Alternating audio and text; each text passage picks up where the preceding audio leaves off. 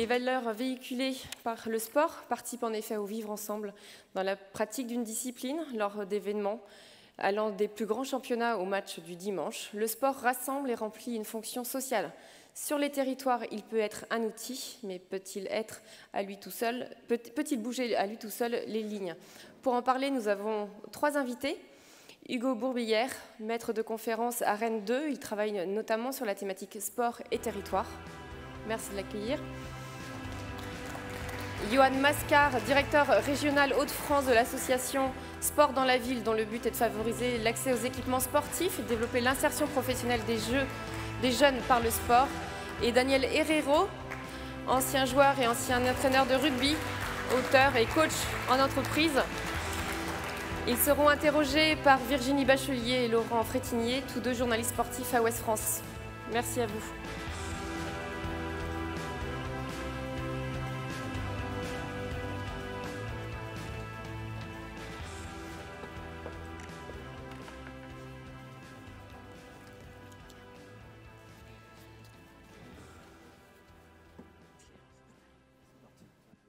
Bonjour à toutes et à tous. Merci de nous avoir rejoints pour cette table ronde qui va concerner les sports et les territoires. C'est un vaste sujet. Bien évidemment, en 1 heure, on ne pourra pas tout aborder, mais on va essayer, grâce à nos 3 intervenants qui viennent de milieux différents, qui ont des expériences différentes, de voir un petit peu comment peuvent s'articuler les sports, les territoires, avec les hommes et les femmes qui les font vivre. Pour commencer cette table ronde, on va commencer par vous, Hugo Bourbillière. Merci de nous avoir rejoints. Vous êtes maître de conférence à Rennes 2, donc pas si loin. Vous travaillez notamment sur les sports et territoires, entre autres choses. Je vais peut-être avant tout vous laisser un petit peu nous expliquer vos domaines d'action et vos domaines de recherche. Oui, bonjour à tous. D'abord, merci pour votre invitation. Donc, en effet, je suis maître de conférence à l'université Rennes 2, au laboratoire Violence, Innovation, Politique, Socialisation et Sport. Et je travaille sur l'impact des événements sportifs, c'est-à-dire la manière dont les événements sportifs, mais le sport de manière plus générale, peut être utilisé pour alimenter des politiques publiques, pour alimenter la structuration d'un territoire. Voilà, j'ai travaillé sur des événements sportifs récurrents, sur des événements sportifs plus importants comme l'Euro 2016 ou les Jeux Olympiques. Et plus récemment, mes travaux portent aussi sur la contestation et les mouvements sociaux en marge de ces grands événements sportifs, notamment eu égard au retrait de nombreuses candidatures des Jeux Olympiques ces dernières années. Très bien. Vous avez notamment dans vos travaux, vous avez évoqué la création de la nouvelle agence du sport qui est assez récente. Par rapport à cette création de cette agence, elle pose de nombreuses questions par rapport à la réorganisation territoriale. Pouvez-vous nous expliquer un petit peu le débat qui est en train d'animer, on le voit peut-être pas assez souvent dans les médias, mais le débat qui anime la communauté sportive sur cette agence du sport, qui peut changer un petit peu les choses? Alors c'est vrai qu'il y a un vrai débat aujourd'hui dans la communauté sportive sur ce point. Alors c'est pas directement sur la relation entre le sport et les territoires, encore que ça va avoir un impact assez concret, assez rapide, notamment sur la déclinaison. Donc en effet, la nouvelle agence nationale pour le sport a été créée donc au 1er août 2019, donc c'est très récent. Et elle assoit une vision finalement du sport qui remonte à quelques années maintenant et qui vise 2 points en particulier. D'une part, à redonner de l'autonomie aux fédérations, ce qu'elles souhaitaient depuis de nombreuses années, et également à permettre l'intronisation d'intérêts et de flux privés marchands dans la gouvernance de projets sportifs locaux, ce qui, pour le coup, génère un certain nombre de critiques et est un vrai changement de paradigme dans la manière d'organiser le sport en France, puisque vous n'êtes pas sans savoir qu'en France, le sport est légitimement organisé par l'acteur public, puisqu'on lui a conféré un rôle d'intérêt général. Donc l'agence reprend 2 compétences cruciales, l'organisation du sport pour tous et du sport de haut niveau, et sa déclinaison territoriale aujourd'hui questionne un certain nombre d'acteurs. Alors, pour le moment, de ce que l'on en sait, c'est qu'elle se construira autour d'une conférence des financeurs et d'une conférence des territoires, dans laquelle 4 acteurs seront représentés à chaque fois: l'État, les collectivités territoriales, le mouvement sportif et donc le monde économique, certes dans une moindre mesure. Mais cette évolution-là, elle génère un certain nombre de critiques, comme j'évoquais, trois volets pour le dire de manière assez concise. Un premier volet administratif et juridique, puisque l'Agence nationale pour le sport est un groupement d'intérêt public. Et le statut aujourd'hui est totalement dérogatoire, c'est-à-dire que l'agence a dû revoir sa copie plusieurs fois avant d'être validée, notamment parce que dans le groupement d'intérêt public, il doit y avoir un financement privé et un financement public. Or, là, pour cette première année 2019 du moins, le financement est essentiellement, uniquement même public, à hauteur de 350 millions d'euros. L'autre volet, pour les observateurs que nous sommes en tant qu'universitaires ou même le mouvement sportif, se questionne sur la temporalité aussi de la création de cette agence, dans la mesure où finalement la loi qui doit l'accompagner, la loi sport et société, n'a pas été encore discutée à l'Assemblée nationale. Elle doit l'être dans les semaines, les mois qui viennent. On ne maîtrise pas bien le calendrier parlementaire, surtout en ce moment. Mais finalement, on a un peu l'impression en tant qu'observateur qu'on a créé le contenant, l'agence, avant le contenu. Après, il y a deux autres volets que je vais citer conjointement, qui émanent à la fois du mouvement sportif, des fédérations et de l'opposition politique, qui portent sur les risques éventuels qui peuvent s'accompagner de l'intronisation de ces intérêts privés dans la gouvernance de projets sportifs locaux, qui peut aller du financement d'un équipement structurant pour un club pro à des événements ou au subventionnement d'associations locales. Donc ça pose un certain nombre de questions. C'est des questions qui sont assez similaires dans d'autres domaines. Finalement, le sport s'y met aussi, mais voilà, pour le coup, c'est un vrai changement de paradigme et ça pose la question de quel sport on souhaite demain, finalement. Est-ce qu'on considère que que le sport est un droit et à cet égard, c'est à l'État de garantir son accessibilité à tous? Ou est-ce qu'on considère aujourd'hui que face à un parc d'équipements vieillissant par rapport à la nécessité et au flux financier qui existe aussi dans le sport business, il est nécessaire d'introniser des financements privés, quand bien même ça s'accompagnerait d'implications que l'on imagine? Il y a énormément de questions là-dedans, effectivement. Vous avez aussi travaillé sur, vous le disiez tout à l'heure, les manifestations sportives. Vous avez été un petit peu intéressé à notamment l'Euro 2016 de football, entre autres. Par rapport à ces manifestations sportives, qu'est-ce que vous conseilleriez, vous, en tant qu'universitaire, aux collectivités territoriales et aux partenaires locaux qui souhaiteraient organiser une manifestation sportive pour qu'elles aient des vraies conséquences sociales sur les territoires et sur les gens qui les habitent?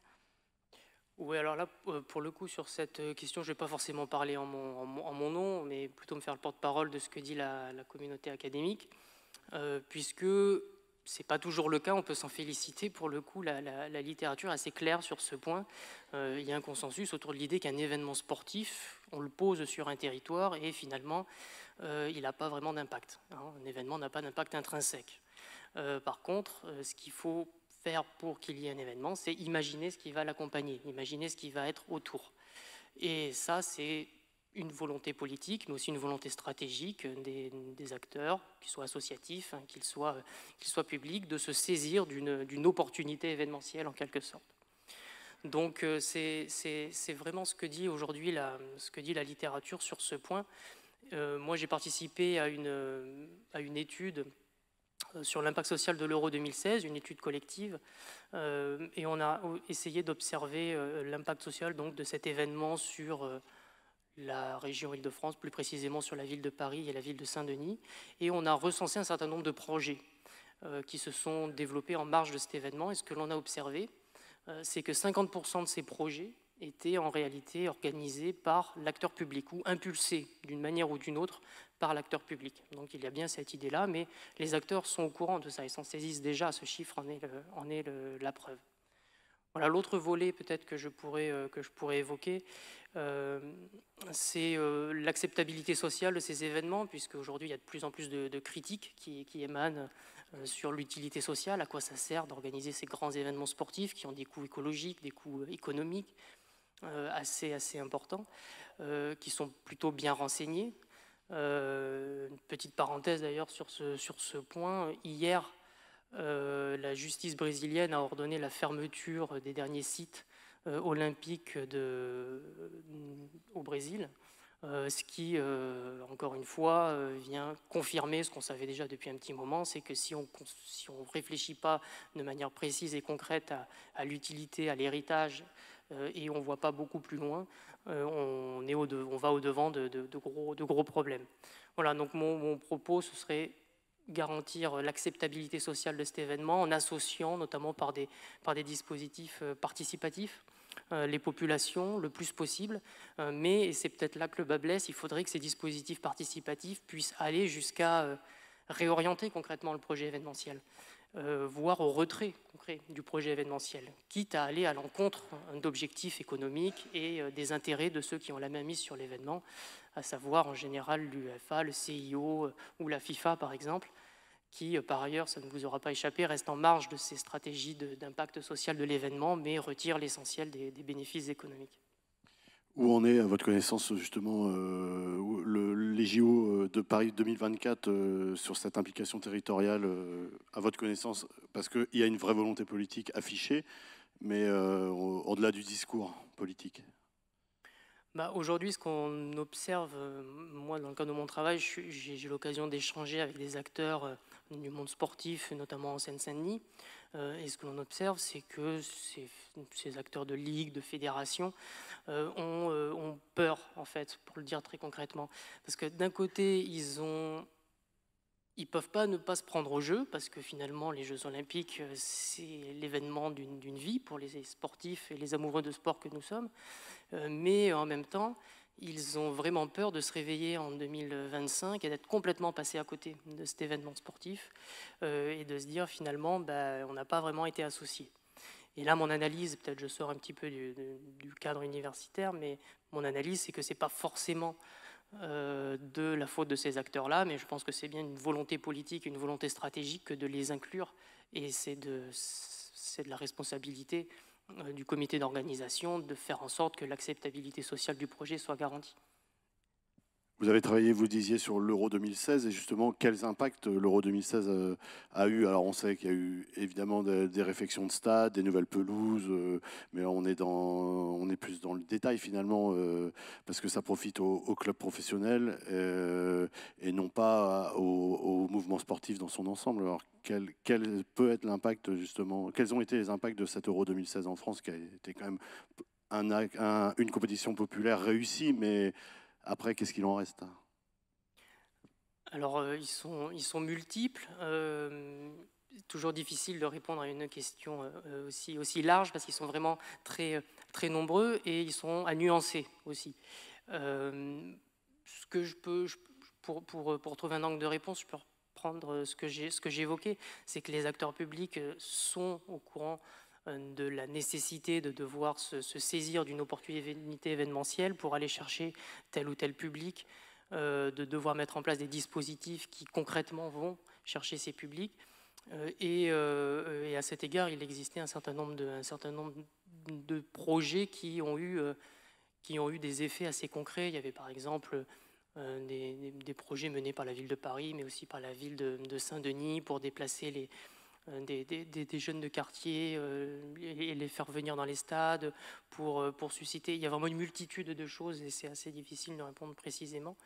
Mais voilà, il existe des choses. La vraie question, là pour le coup, du point de vue de la recherche, c'est de savoir si concrètement ces projets, est-ce qu'un projet vaut impact? Est-ce qu'il suffit d'organiser un projet pour qu'il y ait un effet social et pour qu'il y ait un impact? Et ça, c'est une question qui est assez stimulante, je trouve, pour la communauté académique, mais aussi pour les professionnels, et qui nous amène du coup à nuancer beaucoup les impacts de ces événements, parce que oui, il y a eu beaucoup de projets.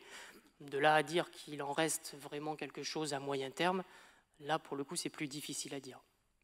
Merci beaucoup pour cet éclairage.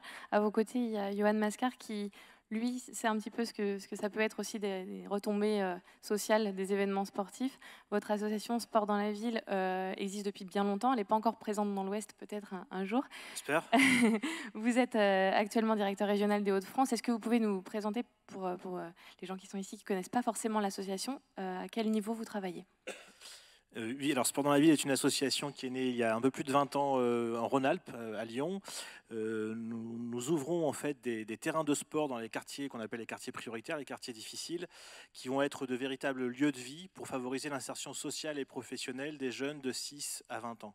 En fait, le sport est un prétexte, je ne sais pas si on voit les photos derrière, le sport est un prétexte pour aller à la rencontre de ses habitants dans les quartiers prioritaires et de créer, c'est des terrains de foot principalement, on peut y faire du rugby aussi, on a aussi des terrains de basket, on a 45 centres en France, nous sommes inscrits au volet sociétal et héritage justement de Paris 2024 et dans le cadre de cet engagement, nous nous sommes engagés à doubler ce nombre de centres avant 2024. Aujourd'hui, on accueille 6500 jeunes sur nos terrains en Hauts-de-France, en Île-de-France, en Rhône-Alpes-Auvergne, à Marseille depuis cette année, puisque nous venons de créer un terrain à Marseille.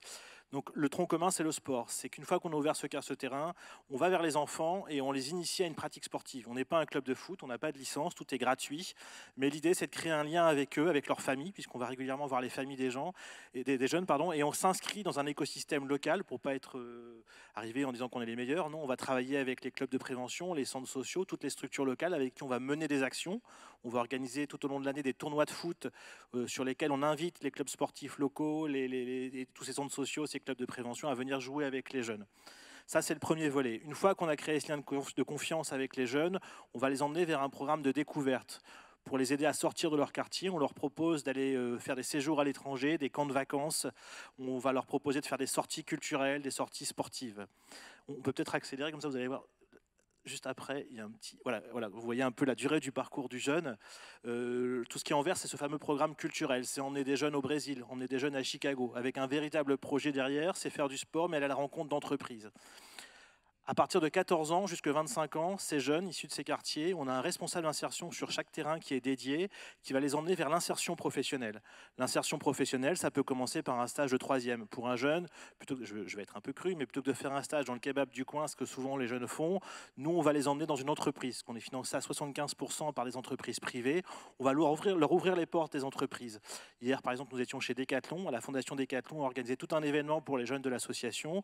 Ça permet de créer du lien entre les collaborateurs de l'entreprise et les jeunes, et peut-être qu'ils vont repérer une pépite parmi ces jeunes et lui proposer un stage, un contrat d'alternance ou un emploi. Donc Job dans la ville, c'est ça, c'est semer des graines dans l'esprit des jeunes qui n'ont pas encore d'orientation, aider des jeunes qui sont plutôt en recherche avancée d'emploi à trouver un emploi, en recherche d'études à trouver un emploi en lien avec leurs études. Je pense à un jeune qu'on accompagne à Roubaix, puisqu'on est à Roubaix dans le Nord et à Lens, qui avait un master en droit des affaires, qui n'a fait que des stages en centres sociaux, et grâce à nous, enfin c'est un peu prétentieux de le dire, mais il a pu faire un stage chez un cabinet d'avocats parisien qui est plus en lien avec ce qu'il fait, ce qu'il a comme projet professionnel. Voilà, Job dans la ville, c'est 50% de nos actions, c'est emmener les jeunes vers l'insertion professionnelle, une fois qu'on a travaillé avec eux dans la durée, dès l'âge de 6 ans. On a un autre programme qui est pour les filles, parce qu'on s'est rendu compte que quand on a une fille, à 10 ans, le corps change et que c'est compliqué de se mélanger aux garçons. Nous, par défaut, nos séances sont mixtes, mais les filles peuvent faire du foot entre elles si elles le souhaitent. Elles peuvent faire des cours de danse, mais aussi avec des garçons. Et l'idée, c'est de travailler sur le leadership de la fille et lui permettre de travailler sur les stéréotypes, sur l'égalité homme-femme. On va aller rencontrer des joueuses de foot de Lyon, pas qu'avec des filles, mais aussi avec des garçons. Voilà, c'est vraiment favoriser l'égalité homme-femme à travers le sport. On a un autre programme, je vais essayer d'être rapide parce qu'on a beaucoup de programmes, qui existe en Rhône-Alpes, qui s'appelle l'Apprenti-Bus, qui est un bus équipé qu'on anime dans les quartiers, qui permet aux plus jeunes de travailler sur l'expression orale avec des ateliers vidéo et bande dessinée. Et enfin, on a un dernier programme qu'on est en train d'essaimer partout en France, qui s'appelle Entrepreneurs dans la ville, qui permet à des jeunes des quartiers de 20 à 35 ans qui ont un projet entrepreneurial d'être formés pendant 4 mois avec une école de commerce à l'entrepreneuriat et d'être incubés pendant 2 ans pour créer leur entreprise. Et là, on est sur un cercle vertueux parce que les jeunes, en général, ont commencé sur nos terrains, ils ont trouvé un emploi, ils ont créé leur entreprise et après, ils recrutent d'autres jeunes. Voilà, donc voilà les différents programmes qu'on présente à Sport dans la ville. Sur la slide suivante, vous allez voir un peu ce qu'on fait sur nos terrains. Donc ça, c'est le dernier terrain qu'on a ouvert à Marseille. Donc c'est des partenariats avec les collectivités. Souvent, on repère ces fonciers qui appartiennent aux villes avec les collectivités. Et vous allez voir derrière ce qu'on a fait. Voilà, donc c'est un terrain en gazon synthétique. On a un cahier des charges assez précis pour éviter les nuisances sonores et faire un lieu le plus accueillant possible, qui est ouvert 24 heures sur 24, 7 jours sur 7. Donc, quand on arrive aux séances de sport, en général, les jeunes sont déjà sur le terrain, puisqu'ils se sont appropriés le lieu, donc il n'y a pas de dégradation. C'est vraiment un lieu qui leur appartient et que nous, on vient animer tous les mercredis et samedis. Et après, vous avez quelques photos voilà, de nos terrains. Ça, c'est le premier terrain qu'on a ouvert à Lens, dans le Pas-de-Calais.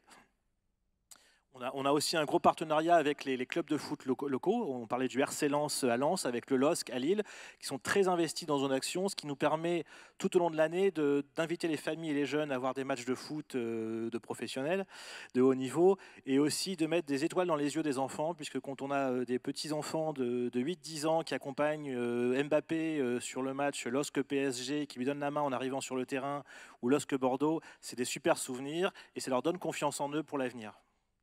Alors, deux questions. Est-ce que ces jeunes vont après se dirigent vers des clubs ou vers des pratiques plus encadrées par des clubs, justement, ou des associations licenciées?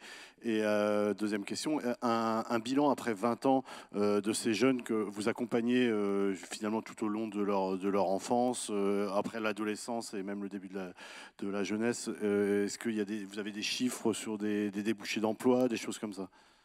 Alors, sur le fait d'appartenir à un club, on a déjà des jeunes qui sont en club, mais qui viennent à côté pratiquer une initiation sportive et rencontrer les copains du quartier. Comme je le disais, on n'a pas de licenciés, donc on n'est pas du tout concurrents, et on dit surtout aux enfants, ne fermez pas la porte au club. Si vous êtes en club ou si vous voulez aller en club, allez en club. Venez en plus vous amuser chez Sport dans la ville. Nous, on est plus sur un sport ludique.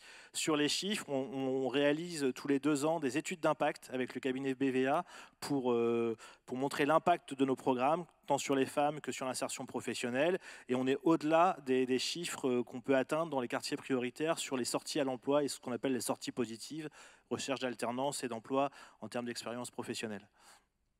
On a aujourd'hui 1300 jeunes qui sont dans le programme Job dans la ville, par exemple. Vous le disiez tout à l'heure, vous dépendez aussi de l'aide des partenaires privés. Vous avez un groupe comme Decathlon qui, dans le Nord, est assez important, qui vous aide. Ouais. Vous êtes aussi dépendant des collectivités locales. Est-ce que dans des périodes comme ça, comme les municipales qui arrivent, est-ce que c'est difficile d'aller chercher ces financements-là? Ou est-ce qu'il y a une réelle écoute? Est-ce que vous la voyez évoluer aussi, cette écoute? Oui, c'est un petit peu compliqué. C'est une année un peu compliquée pour nous de négocier avec des collectivités parce qu'on est en plein bouleversement électoral.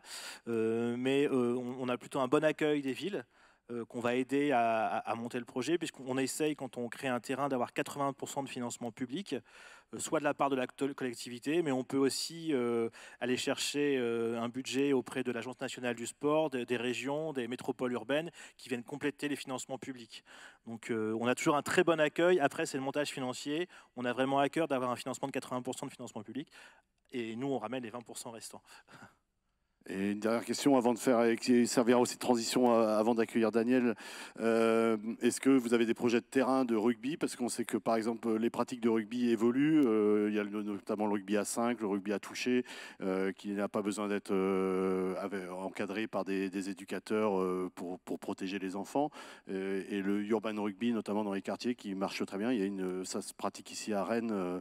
Et savoir si vous en aviez dans vos cartons. Alors, on fait déjà du rugby en initiation sur nos terrains de foot à Paris. Je pense qu'on a un terrain de rugby en Ile-de-France, mais ça fait partie de nos pistes de réflexion, de développer d'autres sports également et d'autres types de terrains et de pratiques. On est aussi un laboratoire d'innovation sociale, donc on teste aussi des choses en fonction des différents territoires. Moi, je serais ravi d'être accompagné pour ouvrir un terrain de rugby à Roubaix ou dans le Nord. Daniel viendra l'inaugurer. En attendant, je vais l'accueillir ici au pupitre, monsieur Daniel Herrero. Merci, Johan.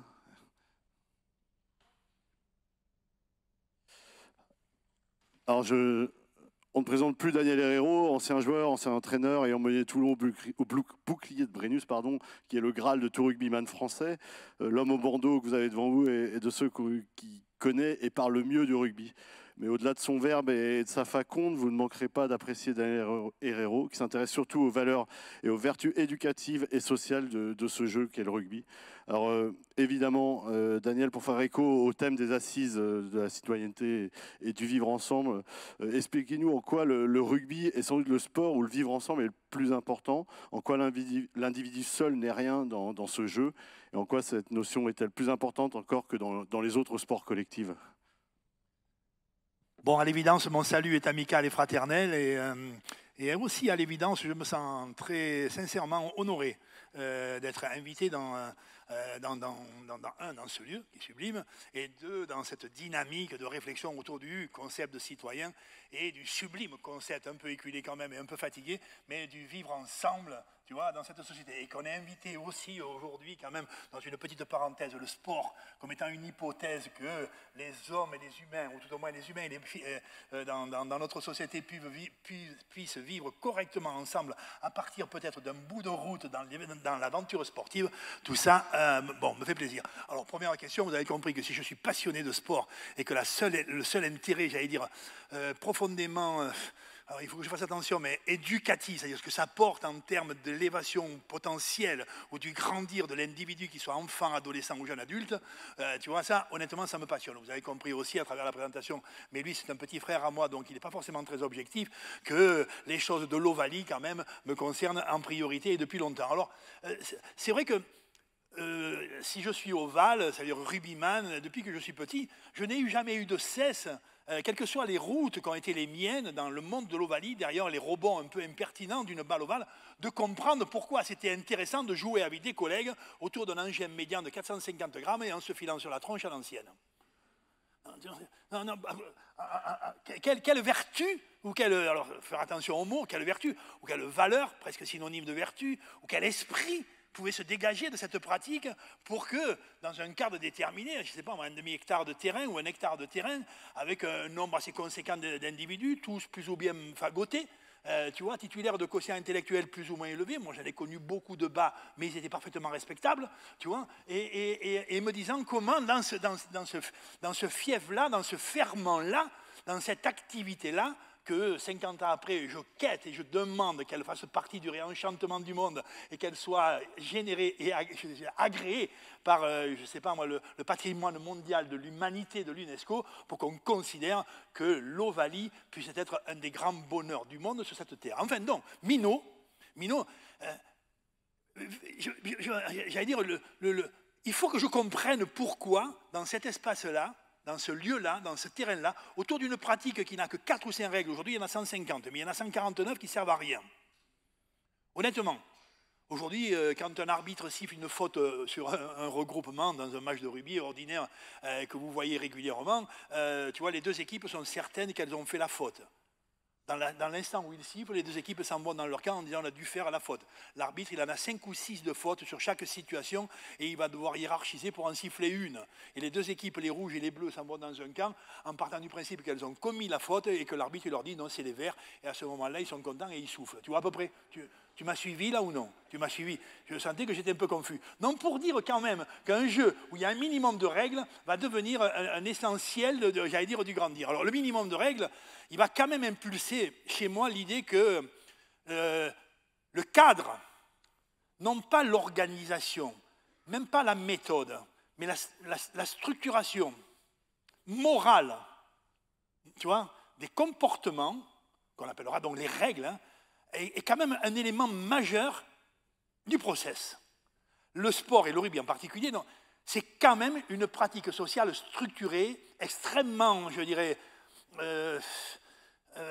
entourée d'événements qui fait que, enfin d'événements, de paramètres qui fait que si tu n'es pas socialisé, ça sera difficile quand même.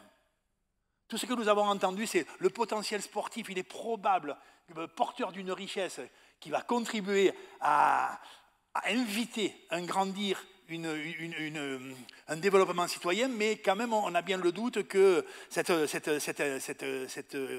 pratique-là, elle est fortement institutionnalisée malgré tout, elle est fortement structurée, et que la loi qui va gérer les pratiques sportives, qui vont devenir des lois universelles, feront que, d'où que tu sois et d'où que tu viennes, quand même si tu rentres dans ce process-là, c'est plutôt la valeur morale dirigeante que l'espace dans lequel tu es ou que tu grandis qui fera la force. J'ai été clair ou moyen là? Non, tu vois, je veux dire, c'est le jeu qui porte la richesse et pas la gestion que l'on en fait. Non, c'est le jeu qui porte la richesse. C'est l'âme du jeu qui porte la richesse. Et l'âme du jeu, elle est une permanence d'interrogation. Alors, je me permets enfin de venir un peu essayer de répondre à ta question. Par exemple, le jeu de rugby, tu vois, alors, il y a un truc qui est un peu pénible pour nous, gens d'Ovalie, mais gens du sport de France, c'est qu'il a été inventé par les Anglais. Peut-être le savez-vous, ça. Et nous, gens d'Ovalie de France, par exemple, les Anglais nous irritent. Non, c'est un constat. C'est un constat assez objectif. Nous, quand on bat les Anglais, par exemple, on se pinarde pendant 1 an. Bon, là, ça fait 4 ans qu'on n'a pas bu, hein, mais... Bon, enfin, tu vois...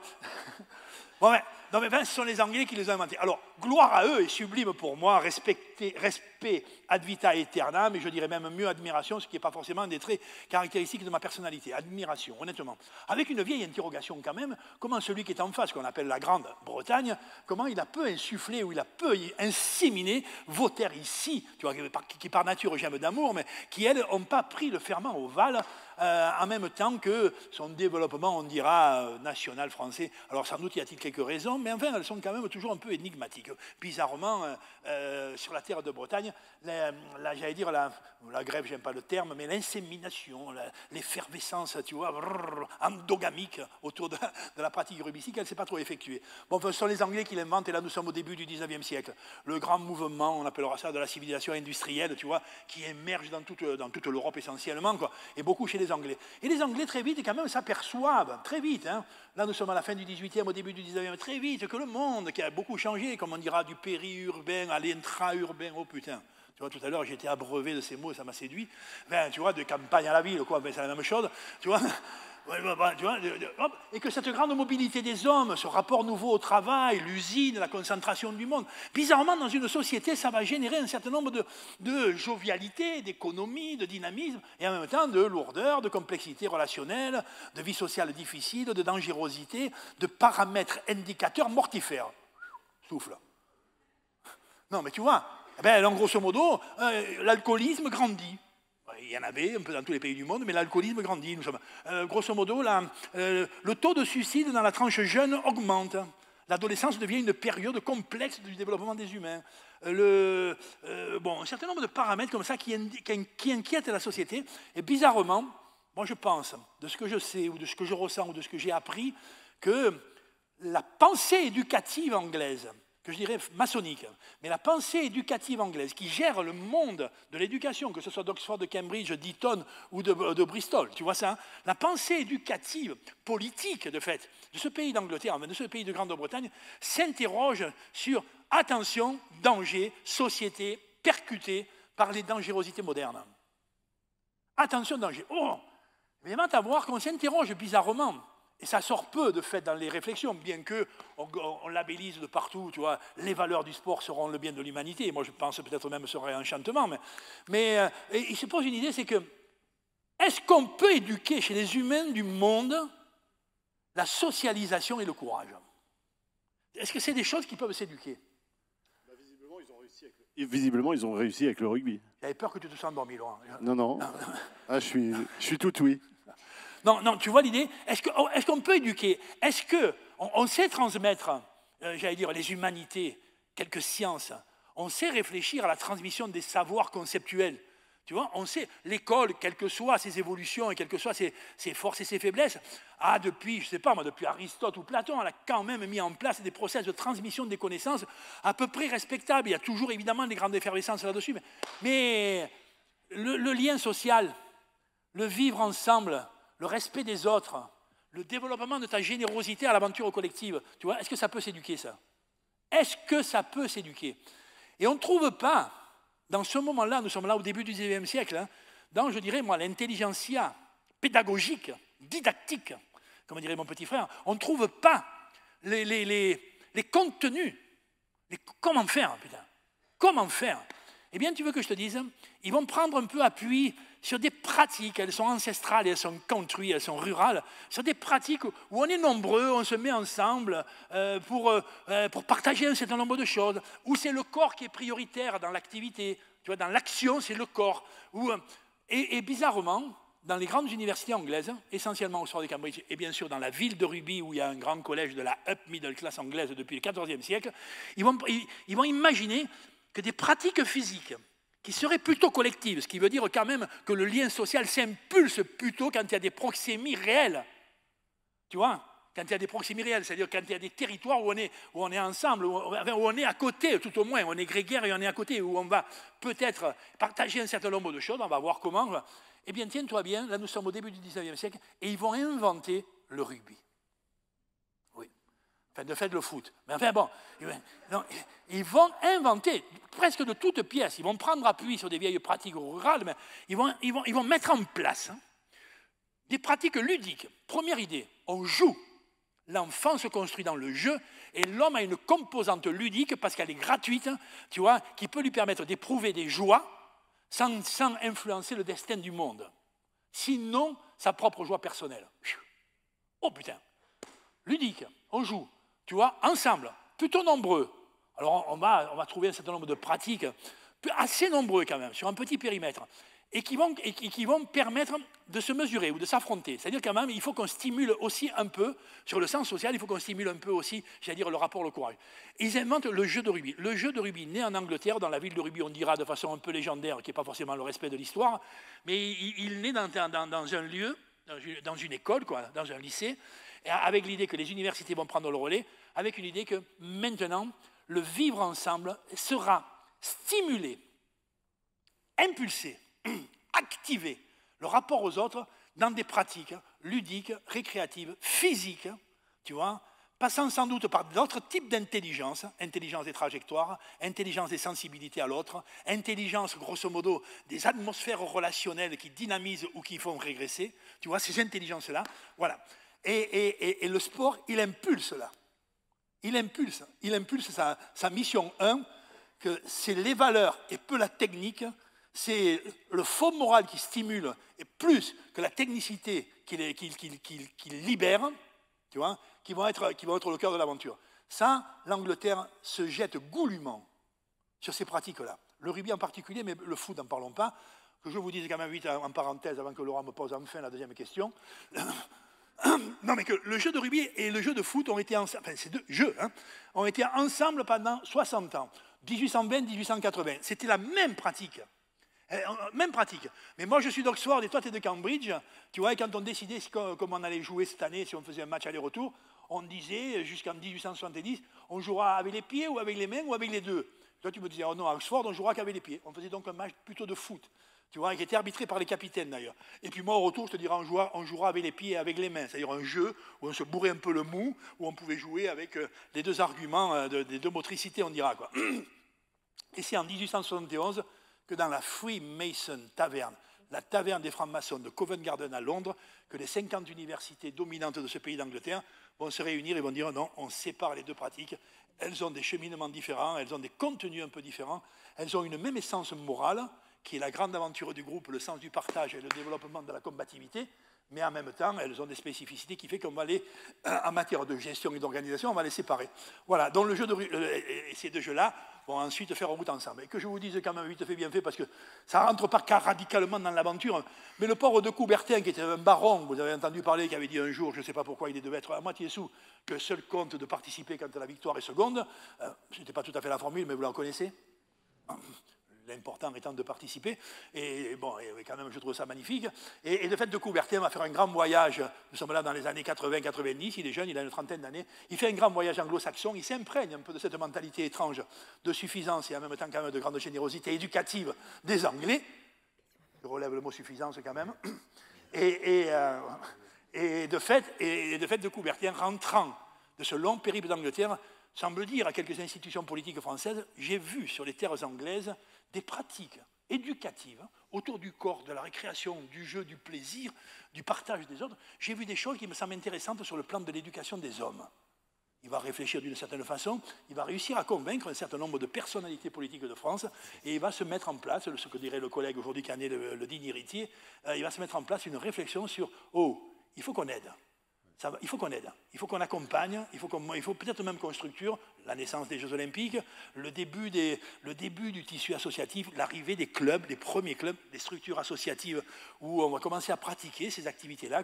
Voilà. Et à partir de là, sur un siècle, le sport va devenir lentement mais sûrement d'une misère de considération sociale et judéo-chrétienne où les choses du corps étaient peu chères, la périphérie de l'aventure humaine par rapport à la puissance de l'esprit, le sport va mettre un siècle et demi à essayer de conquérir à la fois ce qui est sa légitimité, à savoir un pur produit incroyablement fécond de générosité et d'éducation, tu vois, incroyablement fécond, et qu'il va lentement mais sûrement infiltrer le champ de l'éducation, le sport rentrera à l'école au cours du XXe siècle.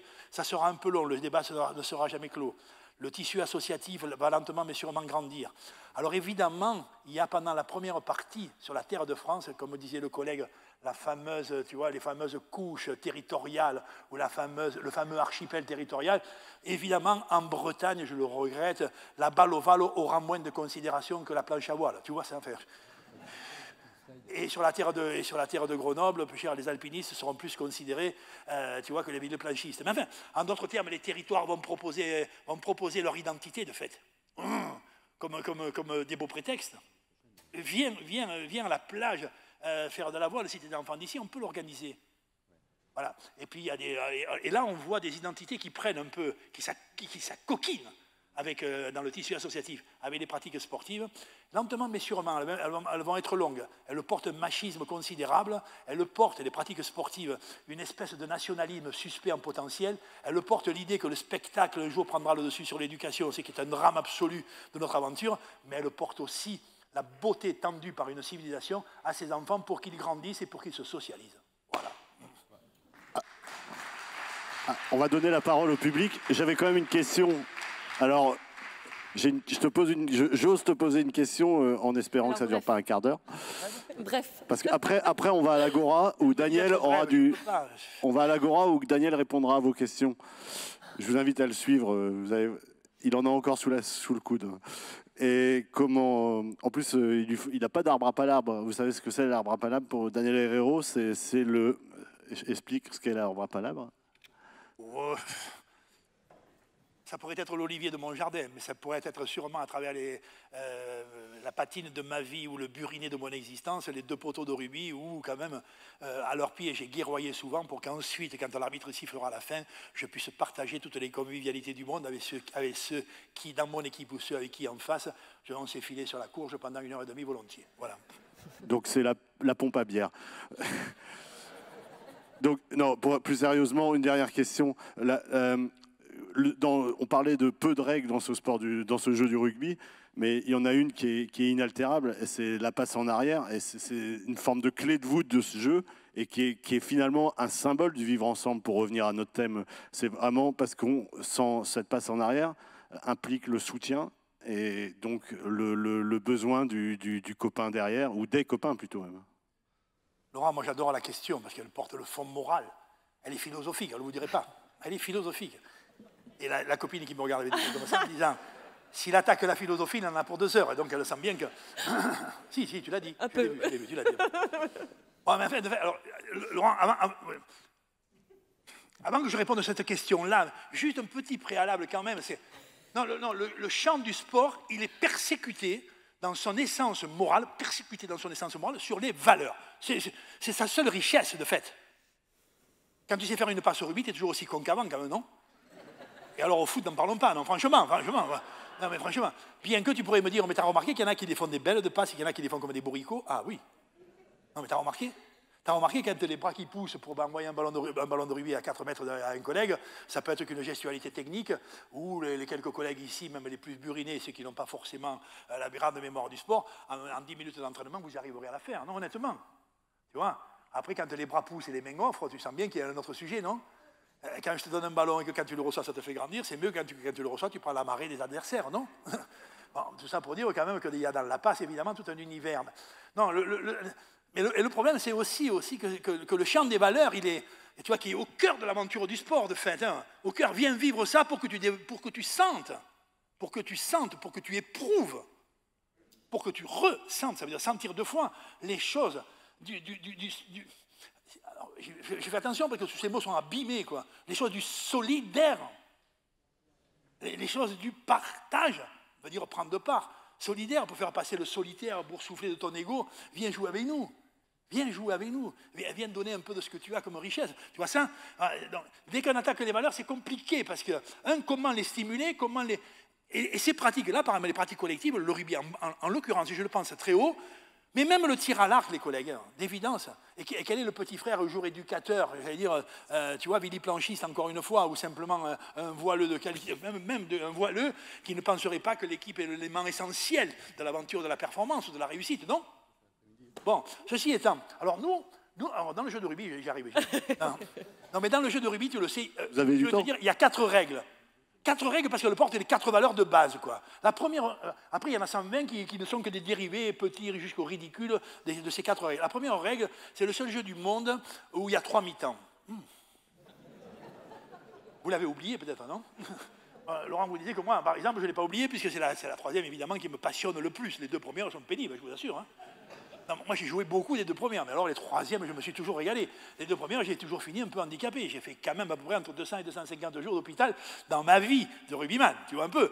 Mais bon, mais la 3e mi-temps, je ne suis jamais sorti malade. Enfin, bon, 2 ou 3 fois fatigué, mais bon. Non, voilà. Non, mais c'est le seul jeu où il y a 3 mi-temps. 2 mi-temps de rude pour une mi-temps de doux. 2 mi-temps de sévère pour une mi-temps de partage. 2 mi-temps de rudoyance du monde pour une mi-temps où on libère les mots et la jovialité du monde. 2 mi-temps pour que toi, qui as aujourd'hui été un peu mon adversaire, tu ne seras jamais mon ennemi. Et une 3e mi-temps pour que quand on s'est filé sur la tronche à la sortie, on puisse partager à la fois nos rudesses et nos douleurs pour qu'enfin on soit simplement des hommes respectueux de l'un et des autres et que même si tu es fier d'être breton, ce qui t'honore, sache qu'au match retour, tu seras reçu avec les honneurs dus à ton rang. Tu vois ça? Si je suis fier d'être provençal et si tu es fier d'être breton, j'adore ça. Si tu penses que tu es au centre du monde, probablement tu es un grand con. Et si moi je crois que je suis de Provence, tu vois, ben, ça va. Et le sport, je ne sais même pas qu'il t'apprend ça, il te stimule là-dessus. Et nous, la 3e mi-temps, elle est sacrée.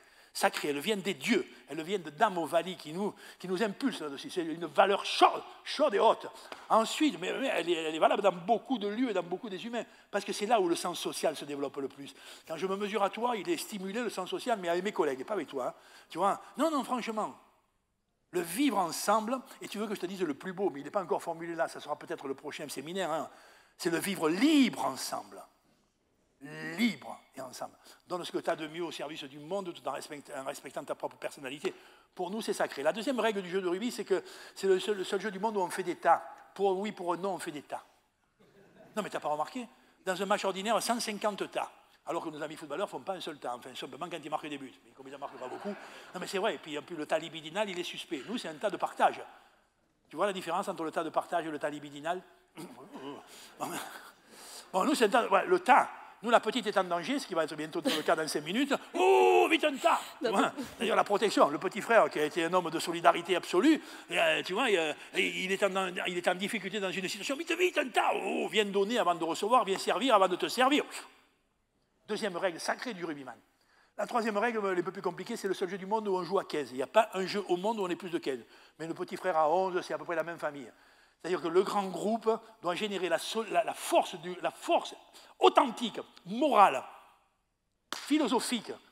Non, du groupe, tu sais bien qu'au moment que le groupe il te monte dessus, tu vois, il te phagocytose et que le collectivisme sera une régression de l'humanité.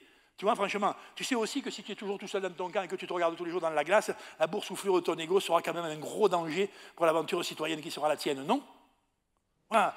Donc, l'essence, c'est quand même que cette considération. Donc, le jeu de rugby, c'est un jeu, on joue le plus grand nombre possible. Au-delà de 15, on a pensé que c'était difficile. On a mis un siècle à trouver le chiffre 15. Un siècle.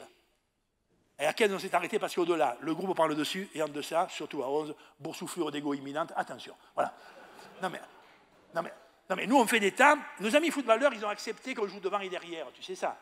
Non, mais tu sais ça, à partir de là, quand tu as le ballon dans les pieds au football, tu es toujours dans un duel. Il n'y a que des duels. Duel, ça veut dire 2. Et le duel, il stimule en permanence l'ego. Toujours, la stimulation permanente. Tu réussis ou tu es dans l'échec, mais tu es toujours dans les stimulations de ton propre ego. Nous, notre ego, il est vite. Le fait qu'on soit face à face. Et alors, j'arrive enfin à la réponse. Et la quatrième règle pour nous sacrée, tu vois, la règle d'Ovalie, la règle de notre mère. Moi, je l'ai baptisée Ovalie. Je l'ai vu grec, mais je ne suis pas formel. Enfin, bon, peu importe. Hein. Peut-être bretonne, je ne sais pas. Enfin, peut-être provençal, sûrement même. Enfin, non, Dame Ovalie, tu vois ce que c'était voilà. La règle 1, c'est la règle de l'en avant. Vous la connaissez, non? Tu sais, sur un terrain de rugby, quand tu as le ballon, tu cours en avant et tu passes la balle en arrière. Tu sais ça? Tu l'as vu, non? Tu ne connais pas, quand même. Donc, tu vois, tu as le ballon, tu cours en avant, tu passes la balle en arrière. La petite, elle le sait aussi. Voilà. Oui, il faut y aller. Donc, non. Je pensais qu'elle était philosophe. Enfin, bon, c'est pas le sujet. Non, après, l'organisation, c'est l'organisation. Et non, attends, juste, je finis. Et on fait des passes en arrière. C'est quand même une règle conne. Tu cours en avant, tu passes la balle en arrière. Elle est conne, la règle. C'est une règle anglaise. Voilà. Simplement, tu sais qu'est-ce qu'on a dit? C'est quand tu as le ballon dans les mains, il y en a 15 en face, c'est pénible. Et en plus, ils sont peut-être bien éduqués, mais tu n'es pas formel. C'est pénible, c'est dur. L'affrontement sera rude. Et quand tu as le ballon dans les mains, alors, tu sais qu'est-ce qu'on a fait, nous? Nous, on a dit, la créativité ne peut se libérer que quand la peur baisse et que la sécurité règne. La générosité humaine, tu vois, aura besoin des forces et des effluves du partage et du don de l'autre. Alors on a mis les 14 autres partenaires derrière. Ils sont toujours derrière. Ne te retourne pas, ils y sont. Ne te retourne pas, ils y sont. Avance, donne. Les 14 autres derrière ne sont que des sécurités relationnelles, ne sont que des conforts moraux, tu vois, à ta propre production d'activité. Ne te fais aucun souci, tout le monde est là, ne te retourne pas. Et s'il y en a un seul, c'est la conclusion, elle est partie, s'il y en a un seul, s'il y en a un seul qui m'oblige à me retourner, tu vois, s'il y en a un qui me dit « Continue Daniel, continue Laurent, continue belle dame, vas-y, vas-y, vas-y », et que j'y vais, et tu vois, et que je me fais découper en deux par un Anglais mal éduqué, et que le collègue il m'a dit « Continue, vas-y », il n'est pas venu. Dans le vivre ensemble, dans le lien social de cette aventure humaine, c'est définitif, il ne jouera plus ni lui, ni 5 générations de sa famille dans notre équipe. Merci à vous. Merci.